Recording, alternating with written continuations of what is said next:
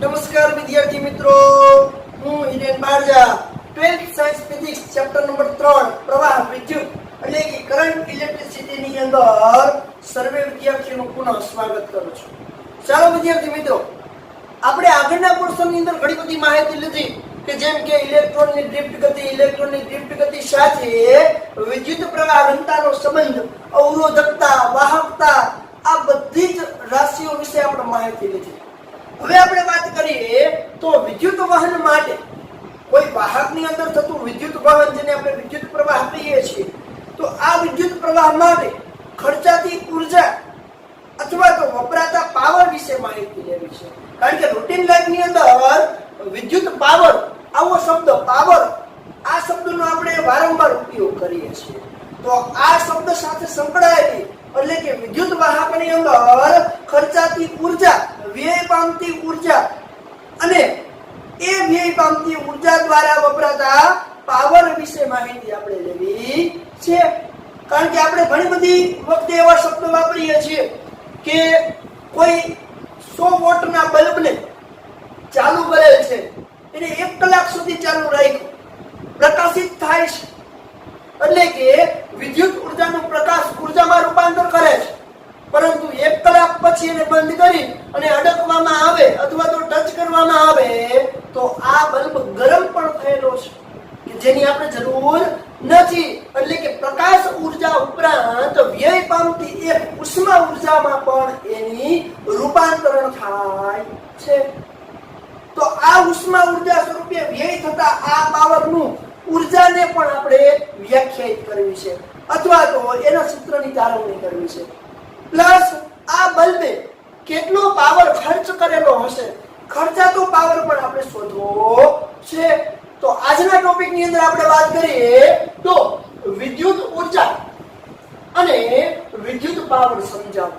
એટલે કે કોઈ વાહકની અંદર ખર્ચાતી વિદ્યુત ઉર્જા અને ખર્ચાતો પાવર આપણે શોધવો છે અથવા તો વ્યય થતી ઉર્જા અને વ્યય થતા પાવર વિશે માહિતી આપણે લેવી છે. તો ચાલો વિદ્યાર્થી મિત્રો, આપણે એક અહીંયા વાહક દોરું છે, એ વાહકના અવરોધ R સાથેની માહિતી લેવી છે. અવરોધ એટલે શું આપને ખબર પડી ગઈ છે કે વિદ્યુત ભારની ગતિને અવરોધવાનું કામ કરતા હોય એવા તત્વને, એવા ગુણધર્મને આપણે અવરોધ કહીએ છીએ. તો ચાલો અહીંયા હું એક આકૃતિ દોરું છું. ધારો કે કોઈ એક R અવરોધ ધરાવતો વિદ્યુત વાહક છે, એના બે છેડાઓ A અને B લઉં છું. આનો અવરોધ R જેટલો છે. કેટલો છે? R અવરોધ જેટલો આ વિદ્યુત વાહક છે એને બાહ્ય વિદ્યુત સ્થિતિમાન સાથે જોડેલ છે. ઉદાહરણ તરીકે આ બાહ્ય વિદ્યુત સ્થિતિમાન સાથે આપણે એને જોડી દઈએ. V જેટલું વિદ્યુત સ્થિતિમાન છે. તો A બિંદુએ વિદ્યુત સ્થિતિમાન કેટલું હોય? VA જેટલું. B બિંદુએ વિદ્યુત સ્થિતિમાન VB જેટલું હશે. અને પ્રવાહની દિશા આ તરફ છે, તેથી B તરફ પ્રવાહની દિશા છે. તો આ વાહક માટે વિદ્યુત ઉર્જા અને વિદ્યુત પાવરનું સમીકરણ આપણે તારવવું છે. તો ચાલો જોઈએ કે ધારો કે કોઈ R અવરોધ ધરાવતો વિદ્યુત વાહકને V જેટલા વિદ્યુત સ્થિતિમાને અથવા તો V જેટલા પોટેન્શિયલ ડિફરન્સ PD વિદ્યુત સ્થિતિમાનના તફાવત સાથે જોડેલ છે. એટલે કે આ વાહકને V જેટલા વિદ્યુત સ્થિતિમાનના તફાવત, જેને આપણે ટૂંકમાં પોટેન્શિયલ ડિફરન્સ કહીએ છીએ, પોટેન્શિયલ ડિફરન્સ સાથે જોડેલ છે. તો હવે હું વાત કરું તો આ વાહકના બે બિંદુઓ A અને B બિંદુએ વિદ્યુત સ્થિતિમાન અલગ અલગ હોય, જે પ્રવાહની દિશા પર આધાર રાખશે. તો અહીંયા વાત કરું તો અહીં વાહકના A અને B બિંદુએ વિદ્યુત સ્થિતિમાન અનુક્રમે કેટલું હશે? VA અને VB છે.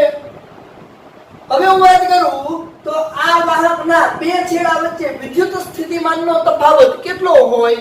તો કે વાહકના બે છેડા વચ્ચે વિદ્યુત સ્થિતિમાનનો તફાવત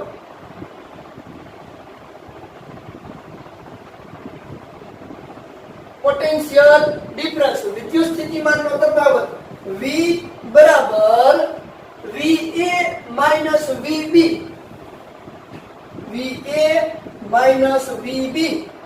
હવે જો પ્રવાહની દિશા A થી B તરફ છે, પ્રવાહની દિશા A થી B તરફ છે અને વચ્ચે R અવરોધનો કોઈ વાહક મૂકેલો છે, તો પ્રવાહની દિશા જો A થી B તરફ હોય તો A થી B તરફ જતા વિદ્યુત સ્થિતિમાન ઘટે, A થી B તરફ જતા વિદ્યુત સ્થિતિમાનમાં ઘટાડો થાય, એટલે કે A બિંદુએ વિદ્યુત સ્થિતિમાન B બિંદુએ વિદ્યુત સ્થિતિમાન કરતા વધારે હોય તો VA માઈનસ VB કરું તો ઓલવેઝ ગ્રેટર ધેન 0 મળે, ધન જ મળવાનું છે, કારણ કે VB કરતા VA મોટું છે. અહીંયા લખવું હોય તો લખી શકાય, કારણ કે VA is greater than VB.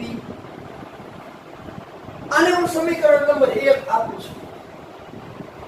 હવે અહીંયાથી પ્રવાહની દિશા એટલે કે હું I કહું તો વાહકમાંથી, ધારો કે વાહકમાંથી ડેલ્ટા T જેટલા સમયમાં ડેલ્ટા Q જેટલો વિદ્યુત ભાર પસાર થતો હોય તો એ I જેટલો વિદ્યુત પ્રવાહ રચે છે, I જેટલો વિદ્યુત પ્રવાહ રચે છે. તો આ વાહક માટે હું એક એવું પણ વાક્ય લખી શકું કે અહીં ડેલ્ટા T જેટલા સમયમાં વાહકમાંથી પસાર થતો વિદ્યુત ભારનો જથ્થો, વિદ્યુત ભારનો જથ્થો કેટલો થશે? ડેલ્ટા Q જેટલો વિદ્યુત ભાર ડેલ્ટા T જેટલા સમયમાં, તો શું થાય? ડેલ્ટા Q બરાબર I ઇન્ટુ ડેલ્ટા T. કેના ઉપરથી આવે? વિદ્યુત પ્રવાહની વ્યાખ્યા પરથી, I બરાબર ડેલ્ટા Q ના છેદમાં ડેલ્ટા T પરથી. તો ડેલ્ટા Q બરાબર I ઇન્ટુ ડેલ્ટા T, એટલે કે આ વાહકમાંથી પસાર થતો A થી B તરફ જતો વિદ્યુત ભારનો જથ્થો કેટલો? Delta Q is equal to I into delta T. આને હું સમીકરણ નંબર 2 આપી દઉં છું. ચાલો હવે બીજા ચેપ્ટરની અંદર સ્થિત વિદ્યુત શાસ્ત્ર ની અંદર આપણે વાત કરી કે વિદ્યુત સ્થિતિ ઊર્જા, એટલે કે વિદ્યુત સ્થિતિ ઊર્જાની વ્યાખ્યા પ્રમાણે A બિંદુએ સ્થિતિ ઊર્જા એ B બિંદુએ સ્થિતિ ઊર્જા કરતા કેવી હોય? ઓછી હોય. એટલે કે સ્થિત વિદ્યુત શાસ્ત્રની અંદર અંતિમ વિદ્યુત સ્થિતિ ઊર્જામાંથી પ્રારંભિક સ્થિતિ ઊર્જા બાદ કરતા આપણે સ્થિતિ ઊર્જાનો શું મળે? તફાવત મળે. તો અહીંયા આપણે વાત કરીએ કે સ્થિતિ ઊર્જાની વ્યાખ્યા પ્રમાણે, સ્થિતિ ઊર્જાની વ્યાખ્યા પ્રમાણે, હાલો સ્થિતિ ઊર્જાની વ્યાખ્યા આપણે બીજા ચેપ્ટરની અંદર ભણી ગયા કે અનંત અંતરેથી કોઈ સ્થિત વિદ્યુત સ્થિતિમાનની અંદર કોઈ વિદ્યુત ભારને લઈ આવવા માટે અથવા તો એક બિંદુએથી બીજા બિંદુએ વિદ્યુત સ્થિતિમાનની હાજરીમાં કોઈ વિદ્યુત ભારને લઈ જવામાં આવે તો એ બે વચ્ચેના તફાવતને એની સ્થિત વિદ્યુત સ્થિતિમાનનો તફાવત કહેવાય અથવા તો સ્થિતિ ઊર્જાનો તફાવત કહે છે.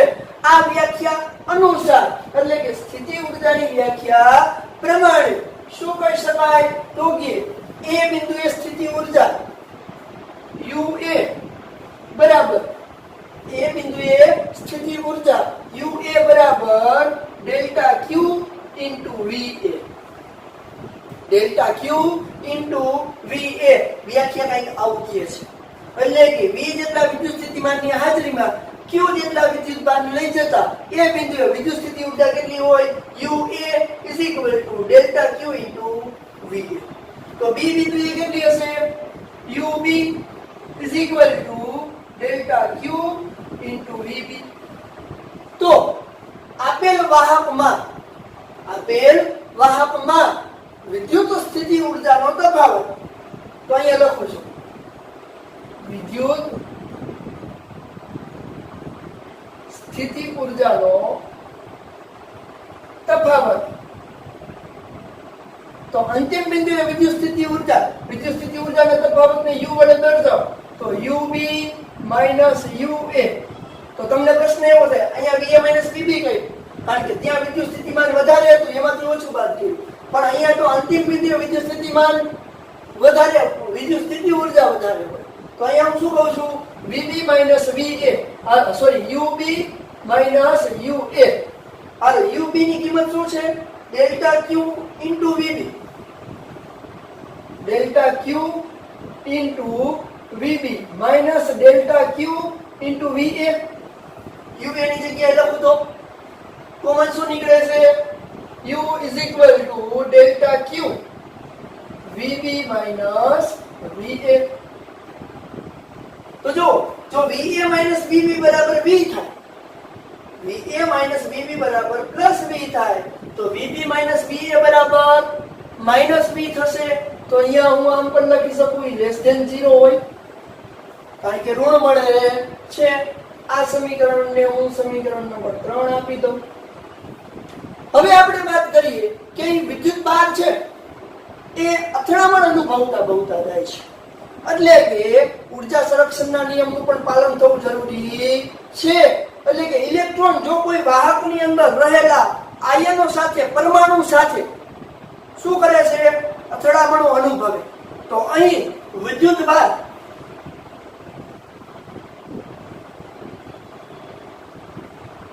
ભાર પરમાણુ સાથે અથવા આયનો સાથે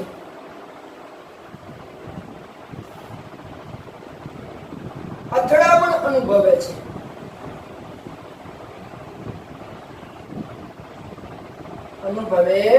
છે તો ઊર્જા સંરક્ષણના નિયમ પ્રમાણે શું થશે? હાલો ઊર્જા સંરક્ષણનો નિયમ શું કહે છે? ગતિ ઊર્જા બરાબર સ્થિતિ ઊર્જા. ચાલો લખું છું અહીંયા ગતિ ઊર્જા delta K is equal to minus સ્થિતિ ઊર્જા,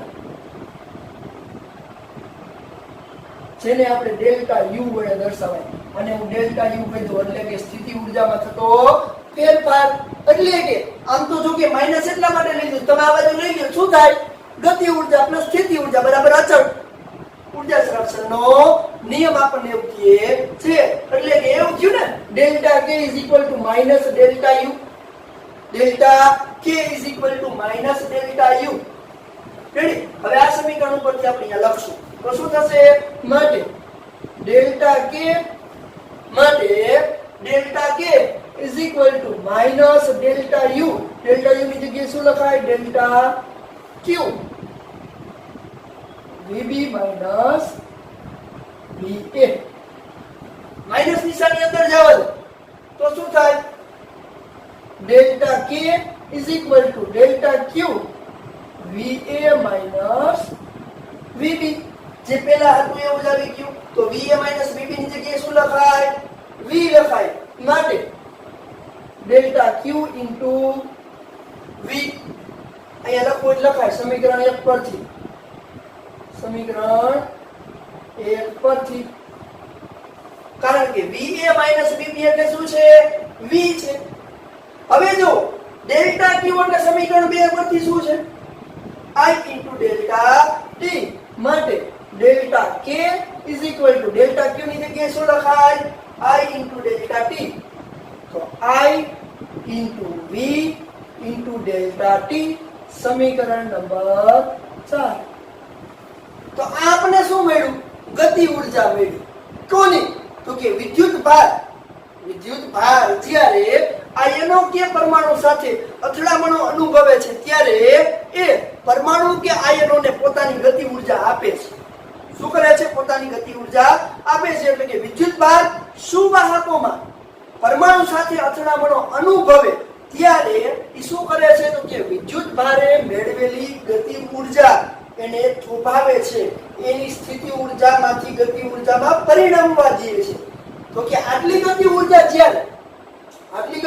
જ્યારે પરમાણુઓ કે આયનો સાથે આપે અથડામણો અનુભવે ત્યારે પરમાણુઓ શું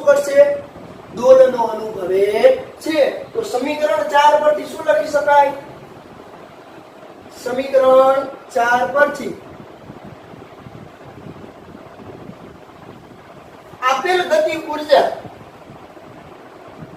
આપેલ ગતિ ઉર્જા એ પરમાણુઓ સાથેની અથડામણ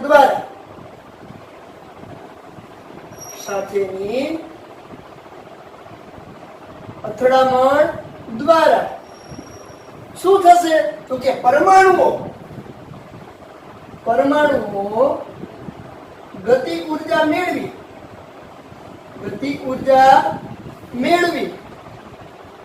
શું કરે છે? જો ગતિ ઉર્જા મેળવશે તો પરમાણુઓ એની મધ્યમાન સ્થાન પાસે દોલનો કરશે. એટલે કે ઉદાહરણ તરીકે આપણે અહીંયા ખાલી એક નાની એવી આકૃતિ દો.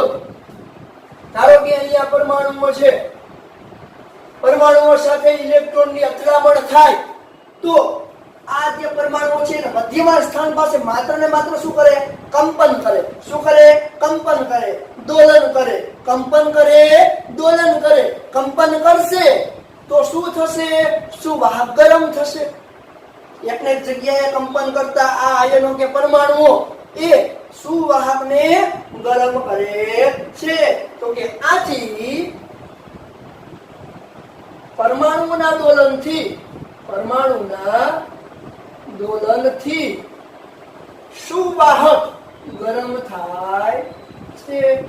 સુવાહક ગરમ થાય છે.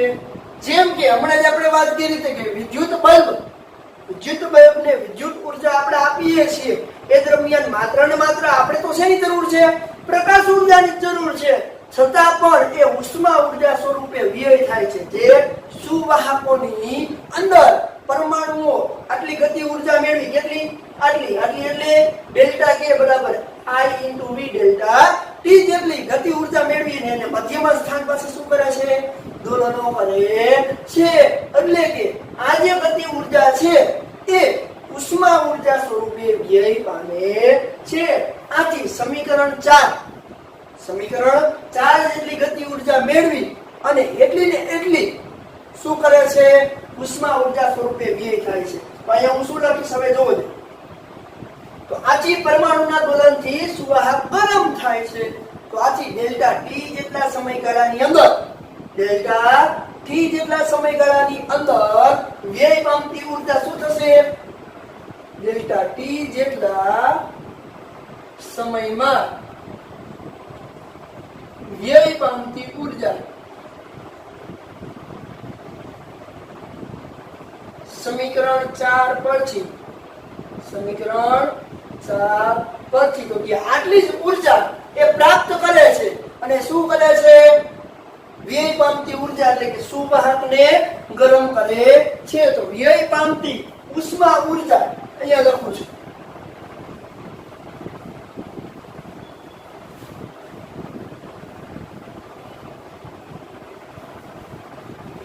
ચાલો, વ્યય પામતી ઉષ્મા ઉર્જા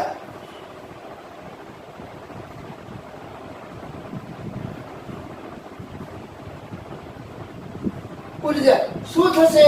તો કે ડેલ્ટા W વ્યય પામતી ઉષ્મા ઉર્જાને ડેલ્ટા W વડે દર્શાવો. તો ડેલ્ટા W બરાબર ડેલ્ટા K. કારણ કે ડેલ્ટા K જેટલી ગતિ ઉર્જા મેળવી પરમાણુ દોલન કરે અને એ સુવાહક ગરમ થાય. આથી delta K = I × V × delta T. સમીકરણ નંબર 5. તો આ સમીકરણને આપેલ સુવાહકમાં એટલે કે આપેલ સુવાહકમાં વ્યય પામતી ઉષ્મા ઉર્જાનું સમીકરણ કહે છે. અથવા તો એને આપણે વિદ્યુત ઉર્જા સ્વરૂપે પણ ઓળખીએ છીએ.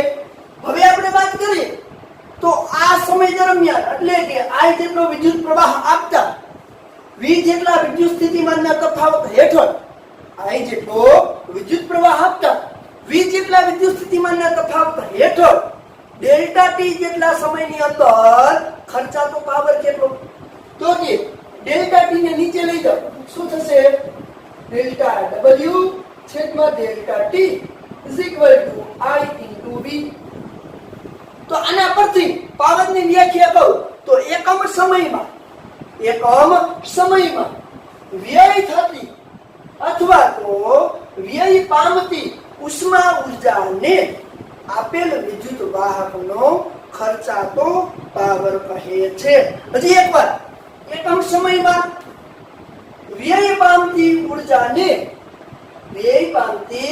વિદ્યુત ઉર્જાને આપેલ વિદ્યુત વાહકનો ખર્ચાતો પાવર કહે છે. અહીંયા લખો છો, જોવો છો. સમીકરણ નંબર 6 આપી દો.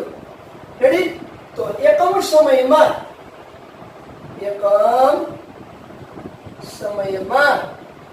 શું કહે છે? તો કે વ્યય પામતી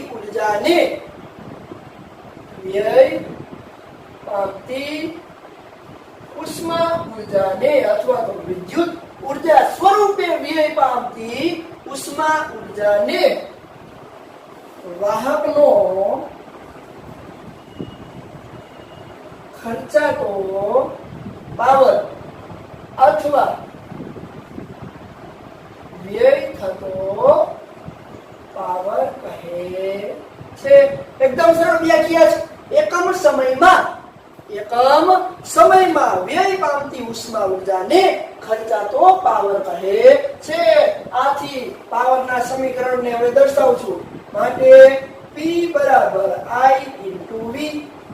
P બરાબર I into V પાવર, અને પાવર કહું તો P બરાબર I into V. હવે R જેટલા અવરોધનું શું કામ છે? હમણાં આપણે વાહક દોર્યો હતો, એની અંદર શું હતું? R જેટલો અવરોધ હતો, I જેટલો પ્રવાહ મળતો હતો, બે વચ્ચેનો વિદ્યુત સ્થિતિમાનનો તફાવત V જેટલો હતો. વિદ્યુત સ્થિતિમાનનો તફાવત V જેટલો હતો. તો એવા સમયે ઓહમના નિયમ પ્રમાણે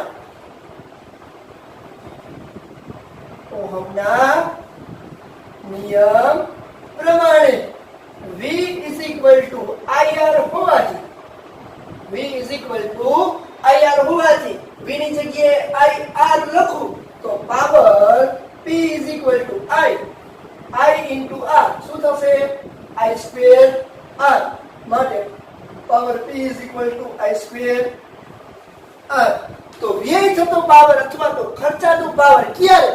જો કે કોઈ વાહકનો R જેટલો અવરોધ હોય, I જેટલો વિદ્યુત પ્રવાહ પસાર થતો હોય, ત્યારે ખર્ચાતો power P is equal to I square R અનુસાર અપાય છે. એનો મીનિંગ એવો થયો કે આપેલ વાહકતાના અવરોધના સમપ્રમાણમાં અને એમાંથી પસાર થતા પ્રવાહના એટલે કે વિદ્યુત પ્રવાહના વર્ગના સમપ્રમાણમાં હોય છે. તો આ હતો વિદ્યુત ઉર્જા અને વિદ્યુત પાવર વિશે સમજૂતી. ઉદાહરણ તરીકે મેં તમને કીધું હતું એમ જ કે વિદ્યુત બલ્બના ગુચડાને પ્રકાશિત થાય છે. એ ગુચડું પ્રકાશિત થાય છે તેટલું જ ઉષ્મા ઉર્જા સ્વરૂપે પણ વ્યય કરે છે કે જેથી બલ્બ આપણને શું જોવા મળે છે? ગરમ થાય છે, જે ઉષ્મા પ્રકાશનું ઉત્સર્જન કરે છે. તો ઉદાહરણ તરીકે ફિલામેન્ટ વાળા બલ્બ છે, 100 વોટના બલ્બ આપણે લેતા, રેડી, જેને આપણે 100 નો બલ્બ કહીએ. એ બલ્બની અંદર ફિલામેન્ટ આવે. એ ફિલામેન્ટ ગરમ થાય, પૂરતી ઉષ્મા ઉર્જા મેળવે અને પછી એ પ્રકાશ ઉર્જા સ્વરૂપે પ્રજ્વલિત થાય છે. તો કોઈ વિદ્યુત વાહકની અંદર પૂરતી ઉષ્મા ઉર્જા આપવાથી એ પ્રકાશ ઉર્જામાં પણ રૂપાંતરિત કરી શકે છે. તો આજનો આ પ્રશ્ન આપણો વિદ્યુત ઉર્જા અને વિદ્યુત પાવર. રેડી? ચાલો વિદ્યાર્થી મિત્રો, હવે આપણે વિદ્યુત પાવર અને વિદ્યુત ઉર્જા વિશે આપણે માહિતી લીધી. હવે આ વિદ્યુત પાવર કઈ રીતે ઉત્પન્ન થાય છે એની ચર્ચા કરીએ. એટલે કે વિદ્યુત પાવરની ઉત્પત્તિ અને આ જે વ્યય થતો પાવર કે વ્યય થતી ઉર્જાને ઘટાડવા માટે શું કરવું જોઈએ એનો ઉપાય આપણે જોઈએ. તો બીજો પ્રશ્ન આપણો છે કે વિદ્યુત પાવરની ઉત્પત્તિ અને ઓહમિક વ્યય એટલે અવરોધ અથવા તો પાવરમાં થતો વ્યય ઘટાડવાનો ઉપાય આપણે જોવાનો છે. ચાલો વિદ્યાર્થી મિત્રો, હવે અહીંયા આપણે એક આકૃતિ દોરેલી છે. આ આકૃતિની અંદર વિદ્યુત રાસાયણિક દ્રાવણ એક પાત્રની અંદર ભરેલું છે. વિદ્યુત રાસાયણિક દ્રાવણ એક પાત્રની અંદર ભરેલું છે. વિદ્યુત રાસાયણિક દ્રાવણ તરીકે શું લઈ શકાય? તો આપણે ખબર છે H2SO4, PbSO4, ZnSO4, zinc sulphate, lead sulphate, આ બધા દ્રાવણો અહીંયા લઈ શકાય છે. આ દ્રાવણની અંદર બે ધ્રુવો ડૂબાડેલ છે. એક ધન ધ્રુવ છે અને એક ઋણ ધ્રુવ છે. આ બંને ધ્રુવની સાથે બાહ્ય અવરોધ R ધરાવતા કોઈ એક વાહકને જોડેલ છે. આ રચના આપણે અહીંયા દર્શાવેલ છે. તો આપણે એના વિશે લખીએ કે આકૃતિમાં દર્શાવ્યા પ્રમાણે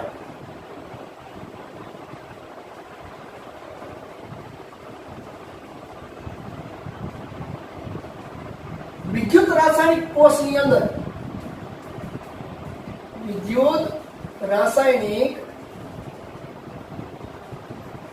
કોષમાં બે ધ્રુવો અથવા તો વિદ્યુત રાસાયણિક દ્રાવણમાં બે ધ્રુવોને કેની સાથે જોડેલ છે? તો કે બાહ્ય અવરોધ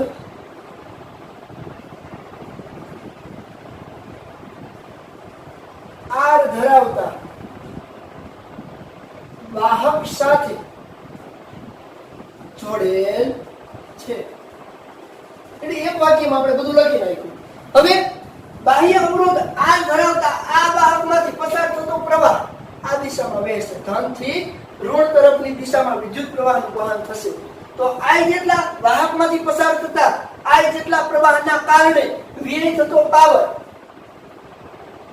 વાહકમાંથી પસાર થતા પ્રવાહના લીધે વ્યય થતો પાવર બે સમીકરણો આપણે જોયા. P = I × V અથવા P = I² × R. અને સમીકરણ 1 આપ્યું. તો આ સમીકરણ આપણે તારવી લીધા છે. તો આ વ્યય થતો પાવર છે. હવે આ પાવર આ વાહકની અંદર ક્યાં સુધી ચાલુ રહેશે? કે જ્યાં સુધી રાસાયણિક કોષની અંદર એટલે કે આપેલ આ વિદ્યુત કોષની અંદર આ પ્રક્રિયા રાસાયણિક પ્રક્રિયા ચાલુ રહે ત્યાં સુધી. તો કે અહીંયા આપણે એ પણ વાક્ય લખી શકીએ કે આ પાવર જ્યાં સુધી રાસાયણિક પ્રક્રિયા ચાલુ રહે છે ત્યાં સુધી પાવર પૂરો પડે છે. તો કે અહીં વાહકમાં ત્યાં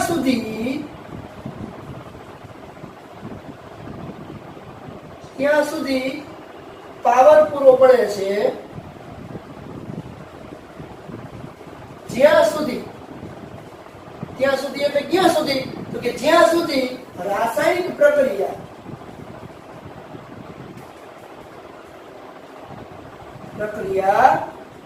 ચાલુ રહે છે. તો પાવરની ઉત્પત્તિ કેવી રીતે થઈ? વિદ્યુત રાસાયણિક દ્રાવણની અંદર ધન અને ઋણ ધ્રુવોને જોડતા પ્રક્રિયા ચાલુ થઈ એટલે કે વિદ્યુત પ્રવાહ મળ્યો. વિદ્યુત પ્રવાહના કારણે તેની અંદર વિદ્યુત પાવરની ઉત્પત્તિ થઈ. તો આ વિદ્યુત પાવરની ઉત્પત્તિ છે. હવે સામાન્ય રીતે વિદ્યુત ઉર્જા એ ઉત્પન્ન કરતા આપણને ખબર છે કે આપણી જગ્યાએ ગામડાઓની અંદર સિટીમાંથી ગામડાઓની અંદર અથવા તો દૂરના વિસ્તારો સુધી વિદ્યુત પાવર પહોંચાડવા માટે મોટા મોટા પાવર સ્ટેશનનો ઉપયોગ થાય છે. તો કે શહેર કે ફેક્ટરીઓની અંદર વપરાતા પાવર કે સિટીમાંથી દૂરના ગામડાઓ સુધી લઈ જવા માટે એને ઘણા લાંબા તાર વાહક તારનો ઉપયોગ કરીએ છીએ. એટલે કે ખૂબ જ લંબાઈ સુધી અને ખૂબ જ અંતરો સુધી પહોંચાડવામાં આવે છે. તો કે આપણને ખબર છે તો સામાન્ય રીતે આપણે શું કરીએ છીએ? તો કે સામાન્ય રીતે વિદ્યુત પાવર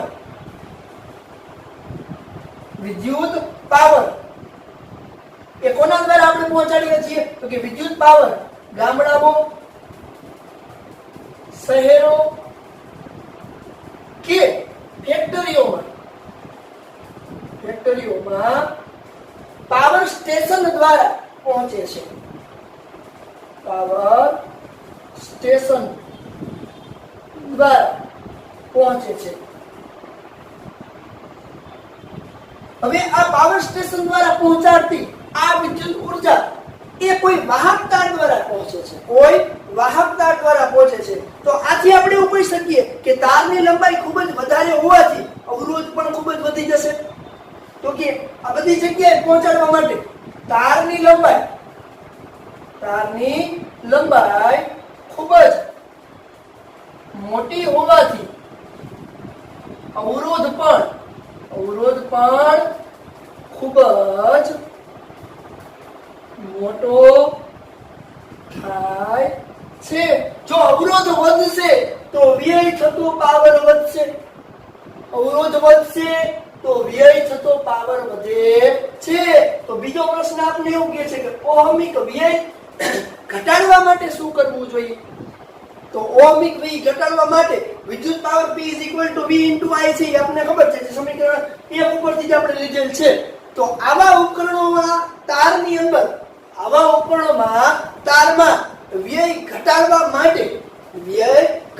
માટે ખૂબ જ મોટું વિદ્યુત સ્થિતિમાન રાખવું પડે. તો ખૂબ જ મોટું વિદ્યુત સ્થિતિમાન રાખવું પડે એનો મીનિંગ એવો થાય તો કે ઓહમિક વ્યય ઘટાડવા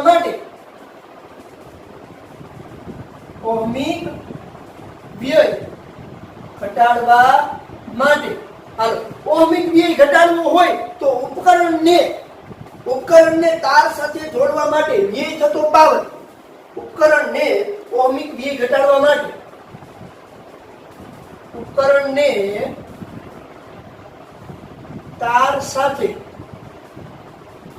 જોડતા વ્યય થતો પાવર જેને હું PC વડે અત્યારે દર્શાવું છું અને એનો અવરોધ ખૂબ જ મોટા લંબાઈ તારનો અવરોધ RC વડે દર્શાવું તો વ્યય થતો પાવર PC = I2RC.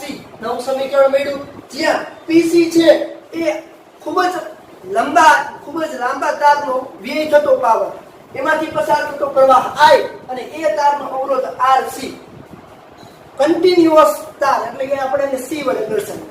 હવે આ સમીકરણ 1 ઉપરથી જોવો જોઈએ I = P/V લખાય. I = P/V. તો સમીકરણ 1 પરથી શું લખી શકાય? I = P/V લેતા શું સમીકરણ બને જોવો જોઈએ. PC = I ની જગ્યાએ P/V લખું તો P² V² RC. P²V²RC. આ સમીકરણ ઉપરથી આપણે કહી શકીએ સમીકરણ નંબર 2 કહું તો સમીકરણ 2 ઉપરથી કહી શકાય કે વ્યય થતો પાવર ઘટાડવો હોય એટલે કે PC ઘટાડવો હોય તો બે તાર વચ્ચેનો વિદ્યુત સ્થિતિમાન વધારવું. એટલે કે જેમ બને એમ ઊંચા વોલ્ટેજ એને રાખવામાં આવશે તો વ્યય થતો પાવર ઘટશે. તો અહીંયા હું લખું છું કે આથી સમીકરણ 2 પરથી કહી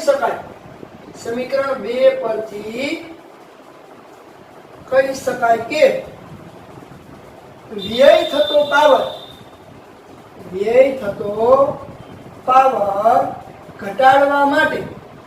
ઘટાડવા માટે શું કરવું જોઈએ?